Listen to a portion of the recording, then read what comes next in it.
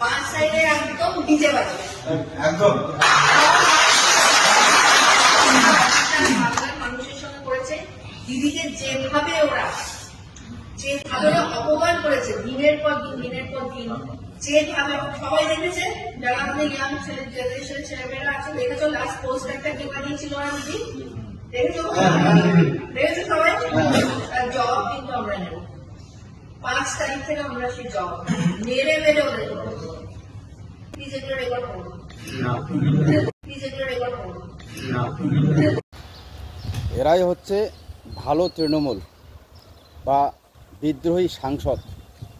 আপনারা দেখলেন জুন মালিয়া তিনি কিভাবে 5 তারিখে মানে 4 তারিখে রেজাল্ট, 5 তারিখে ডিজে বাজানোর কথা বলছেন এবং মানে মারারও কথা বললেন, আবার ভয়ও আছে, বলছেন ক্যামেরায় কেউ রেকর্ড করবেন না। তো এই হচ্ছে কথা, যতটুক সামনে এসেছে ততটুকুই। তো আজকের দিনে এখন শোনা যাচ্ছে বা সোশ্যাল মিডিয়ায় দেখছি আমরা যে এরাই নাকি ভালো তৃণমূল এবং বিদ্রোহী সাংসদ। তো কি বলবেন? তো একটু আলাদাভাবে চিন্তা করলে বুঝতে পারবো আমরা।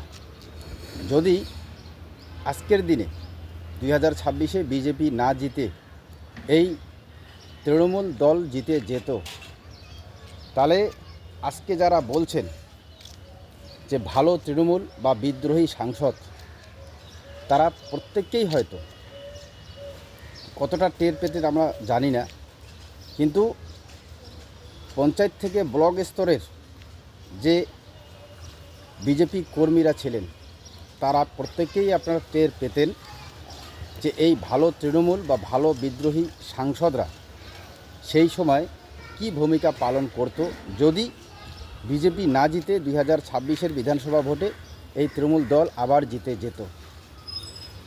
একাধিক নেতা নেত্রী বলেছেন 4 তারিখের পরেই ডিজে বাজবে, আর ইনি ভালো বিদ্রোহী সাংসদ, ইনি বলেছেন 5 তারিখে এবং প্রকাশ্যে মারারও কথা বলছেন, আবার ক্যামেরা না করার কথা বলছেন, কিন্তু ক্যামেরা হয়ে গেছে।